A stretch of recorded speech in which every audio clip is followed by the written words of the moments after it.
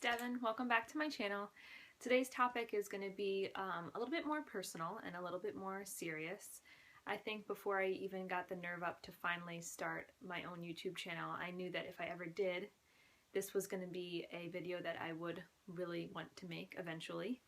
I figured it would probably be a little while from now, but I figured why not. You know, it seems like when I was going through my issues with trying to conceive my second child, that the best thing for me was talking to somebody that had gone through what I had gone through, or even just listening to someone else's story. It just makes you feel less alone when you're going through that situation.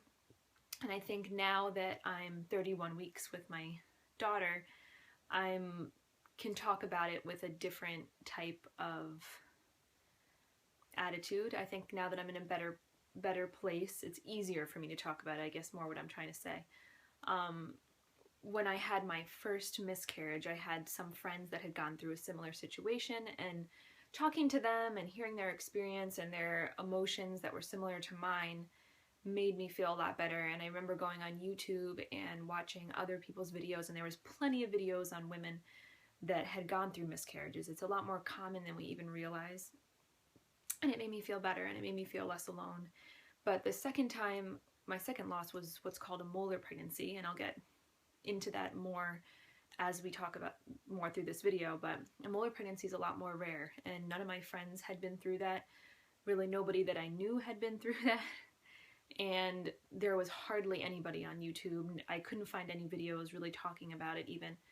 So it was just a very lonely process, and it was something that I had to deal with alone because not a lot of people knew how I felt in that situation. So I felt like if I could make this video and there is someone out there that is going through that experience and they can watch this and it can bring them comfort and make them feel less alone in the situation, then it's worth it. So why don't we start from the beginning with our story.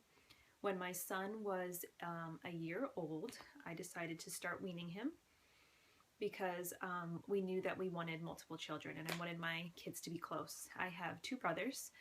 One's 2 years older, one's 2 years younger, and we were very close growing up, and I liked that gap, and I always kind of pictured having that gap for my own children because I wanted them to have that same bond that I did with my brothers. So at about a year old, sorry if I get out of breath, 31 weeks pregnant. When he was a year old, we started weaning him. We actually had him weaned by 13 months. He was pretty easy actually when it came to that. And I got one period back. And the following month, we got pregnant. And that was definitely a surprise because with my son, it took about 5 months or so to get pregnant. So I was kind of expecting the same thing. But of course, we were ecstatic and we were excited. And I didn't really have many pregnancy symptoms, which was unusual since for my son, I was very sick. I had very bad morning sickness. And it was actually all-day sickness. So anyone that says morning sickness is lying. It's all-day sickness. I threw up a lot with him. So this time I didn't really have that. And about 7 or 8 weeks, we went in for our first ultrasound.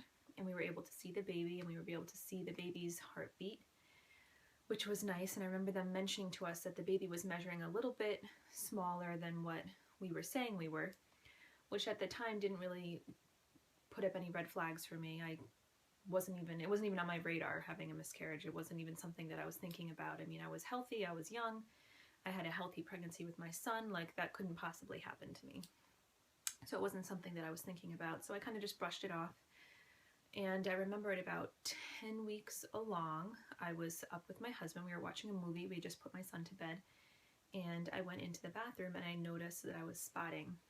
Now let me first say that spotting can be totally normal in early pregnancy. A lot of people go through that in their first trimester, but I knew that that wasn't normal for me. And I knew right away that something was wrong. And of course I start thinking now, they told me that the baby was smaller and I'm not having pregnancy symptoms, and now I'm spotting, and everything is now rushing into my mind, and I'm just knew in my gut that something was wrong with my child. Something was wrong with my baby. So I called the doctor and they told me to come in that following morning for an ultrasound, and they wanted to see what was going on with the baby. And they assured me that this could be normal, spotting can be normal, and try to just get some sleep and come in the morning. Now, easier said than done. That was probably one of the longest nights of my life. I couldn't fall asleep. My mind was just running. I was nervous. I had anxiety. I actually went and tried to sleep out on the couch. I started putting movies on. I tried to put on lighthearted movies to kind of get my mind off of it. I actually watched Freaky Friday with Lindsay Lohan about 3 times before I fell asleep. And to this day, I can't watch that movie because it reminds me of that night and that anxiety. So we went in that following morning and had an ultrasound. And even though I already knew in my mind that I was losing my baby, when you have the doctor actually tell you that in person, it just becomes real. And I remember just crying and crying, and my husband was crying, and we were all crying, and it was very emotional and upsetting. And I think it takes a while to, I think you're in shock at first, and the doctor had told us that, you know, we should wait a couple months before trying again, just to give my body time. We ended up having to go in for a D&C the next morning, and then we started the grieving process. And it just, like I said, it takes time. It's just a very emotional and something that you don't think you're going to go through. So you know, the day before, you were thinking you were going to have this baby and you're picturing your life with this child, and all of a sudden it's over. And so it's a very strange feeling emotionally. So about a month later, I decided, you know, I need to go back to the gym. I need to get back into my health routine. If we're going to try to get pregnant again, I want to get as healthy as I can.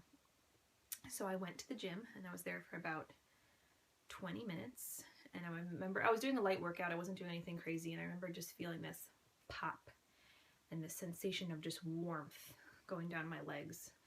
And I just panicked, and I ran into the locker room and ran into the bathroom stall. And by the time I got there, my pants were completely drenched in blood.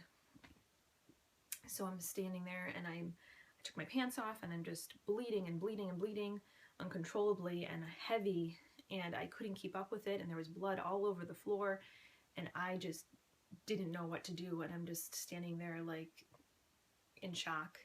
So I opened the bathroom stall, and of course there's like a 17-year-old girl standing there. That's of course who's there. And she just looked at me, and I said to her, I don't know what's happening.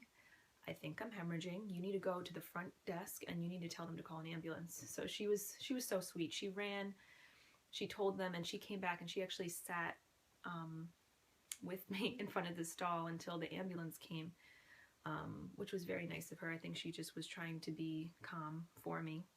And I was actually shockingly calm through most of that, and I think it's because I was in shock. I called my husband, of course, and let him know what was going on, and he told me he was leaving work and he was going to meet me at the emergency room. And I remember being pretty calm until the moment I got into the ambulance. And then when I got into the ambulance, I just started panicking, and I started thinking of all these worst case scenarios and what's wrong with me and what's happening and what if I die, and I had this 1-year-old, and you know, everything is just rushing to you at once. And I remember the EMT, I believe you would call them, taking my blood pressure and saying, your blood pressure is through the roof, you need to calm down. And that scared me even more because my blood pressure is naturally very low. I'm like 90/60. So I close my eyes and I start breathing and trying to calm myself down, and I actually started talking to him about his family and my family and about his kids and my son, just anything to keep my mind off of it, and it worked, and I felt more calm by the time we got to the hospital, and the bleeding kind of started slowing down by then. And we went in for an ultrasound, and they told us that it looked like my uterus was tilted, which is actually quite common. A lot of women have that. So he said, it looks like that when during the D&C, because your uterus is tilted, they must have missed some of the tissue.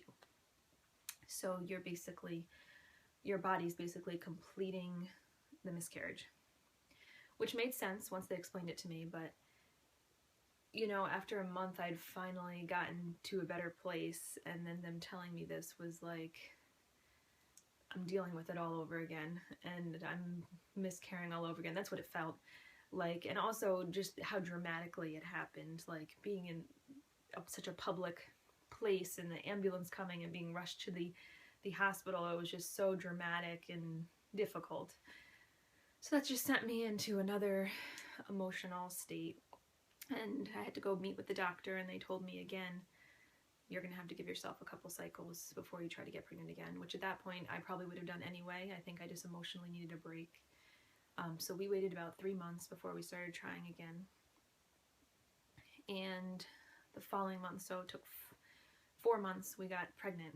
And this time was different. I got really sick really fast. I was having headaches, and I never get headaches. It was like migraine headaches and constant nauseousness, and I was throwing up, and you know, obviously it was miserable, but part of me was happy about it because I was like, oh, my hormones, they're working. This is good, right? Like, that means that everything's going well and this will all be worth it and I could stick through this.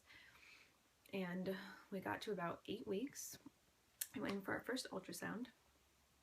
And I remember going to the office, and the ultrasound tech setting everything up, and she put the jelly on my belly. Actually, no, that's wrong. It was an internal ultrasound. But I remember her turning the screen on, and then all of a sudden her face went blank, and I'm looking at her, just looking for some sort of clue. I know they're not supposed to tell you anything, but I think I was, you know, if everything's good, they'll give you a little smile, or they'll do some sort of emotional reaction, and she just was blank. And I said to her, I've already had a miscarriage. Can you just tell me if there's something wrong with my baby? Can you just tell me? And she said, nothing. And I remember my eyes just welling up and looking at my husband and mouthing to him like, it's happening again. I know it, it's happening again. And she said, I'm actually going to have you get changed, and I'm going to have you go into the room next door, and the doctor's going to be in to talk to you. I remember as she walked by me, she took my shoulder and squeezed and walked out, and I just lost it. I just started crying. I knew that it was bad at that moment. And I walked into the room to meet the doctor, and I was already hysterical crying. So when she walked in, I think she knew that I knew. And she said, you know, I can tell you already know, and this is not good news, unfortunately. And she said, not only is this not a viable pregnancy, but you have something called a molar pregnancy. And I think you're having what's called a complete molar pregnancy. So of course, I've never heard of this before. I didn't know what this was. To me, it was just a miscarriage. I'm losing my baby, which is already emotional in itself. And she tried to explain it to me that I did write it down so that I didn't give you incorrect information. But what a molar pregnancy is, it's an abnormal pregnancy when a non-viable fertilized egg implants into your uterus, and it says that it keeps growing at like a rapid rate, and it's like a tumor-like mass. So she said that we needed to remove it immediately because it can be dangerous and it grows really fast, and your hormones kind of go out of control, which totally explained why I was so sick and why I was having these extreme pregnancy symptoms. And she said that was actually normal during a molar pregnancy. So she scheduled me the next morning for a D&C, and she instructed me not to go home and Google it, and that she would explain to me further in the morning, which was really hard for me because I Google everything. So we went in, and they prepped us for surgery, and she came in and sat down next to my bed and started talking to me, and she said, it's after this surgery, it's not the end of this process. She said, unfortunately, with a molar pregnancy, you're going to have to come in every week for blood work until your numbers, HCG levels, hormones go back down to 0. And then after that, you're going to have to come in once a month for 6 months to make sure they stay that way. So during that time, you cannot try to get pregnant. So in my mind, I'm thinking, okay, so it's going to be at least a year now before I can even try to get pregnant. And then she dropped the bomb.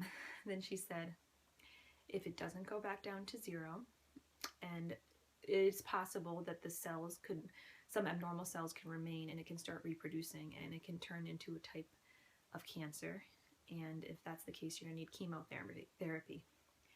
And I remember hearing those words, my heart just dropped, and I started panicking. And she tried to reassure me, of course, and said that this type is very treatable and you'll be fine and all of this stuff. But I think just hearing those words from anybody just scares you. And I'm thinking, chemotherapy, like, does that mean that I can never have another child? Does that mean that it's going to mess with my fertility? And not that that's true with this type. After doing research with this type, a lot of women that have the chemotherapy can still go on to have healthy pregnancies, but that's what I'm thinking. And I'm thinking, I came in here yesterday to see my baby, and not only now am I not having a baby, but I might never have a baby, and that's what I'm thinking. So we did the surgery, and then I went in every week for my blood work, and I was lucky. My blood work went down to 0 after about 4 months, and then for 6 months I came in every month, and it stayed at 0. So I was very lucky. If you do need chemotherapy, the reason why that freaked me out is after doing research and reading about the type of chemo that they do, they say a lot of women are able to go on to have a healthy pregnancy even after that. But after you stop the chemo, you need to wait another year after that before you get pregnant. So all my dreams of having my kids close together kind of went out the window. But so we got the okay 10 months after that to start trying again. So I was nervous. I was so nervous. I wanted to get pregnant so badly, but I was just so scared this was going to happen again. You know, you think of every possible, you've had so much bad luck that you think it's going to keep happening. After 5 months, I got a positive pregnancy test. So I was very excited, but kind of cautiously optimistic. And 2 days later, I got my period. So I ended up meeting with a new doctor after that happened because I kind of wanted to start fresh, and I was completely convinced that there was something wrong with me, and there had to be something wrong with me. Why else would all these things be going wrong? I had to have emergency C-section with my son, so I'm thinking, did they stitch something up wrong? Do I have scar tissue? Like, I was thinking of every possible thing that could have been preventing me from being fertile. So I went in, I saw this new doctor. One of my clients had recommended her so highly and said that she was awesome, and I told her my whole story and all these things that had been happening to me, and she was so nice and really just listened and let me talk. And at the end of it, she said, "Devin, you have had terrible luck, and I am so sorry." And she's like, "But that's all it has been. You've had terrible luck." She's like, "You are 28 years old and healthy and have a healthy baby." And she's like, "I've seen your charts in your blood work and I've seen your ultrasounds. You're fine, and there's nothing wrong with you. You need to go home and have sex and get pregnant and come back here and see me." And she's like, "You're gonna have another baby." And I think hearing that, even though my friends have told me, my mom has told me, and my mother-in-law has told me there's nothing wrong with you, I think hearing the doctor say that and look you in the face and say, "I've looked at your charts, you're fine," kind of put me at ease.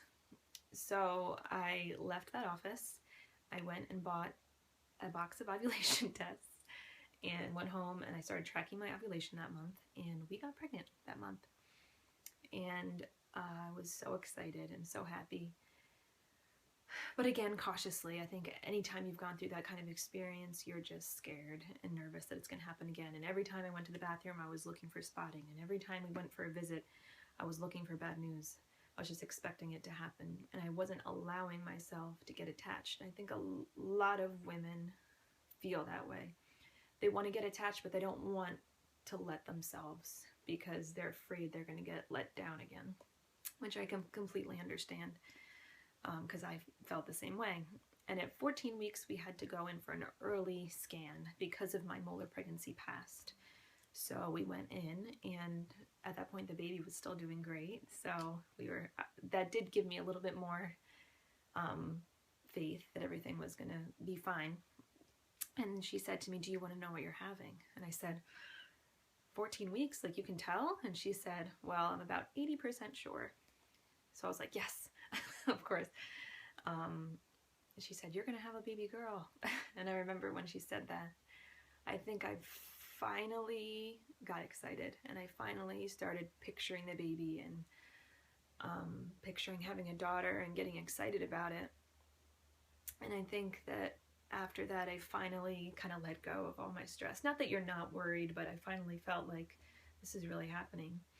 And I still didn't tell anybody else till I was about 16 weeks along, which was difficult because if anybody's had a second pregnancy, they know that you show a lot quicker when you're second time being pregnant.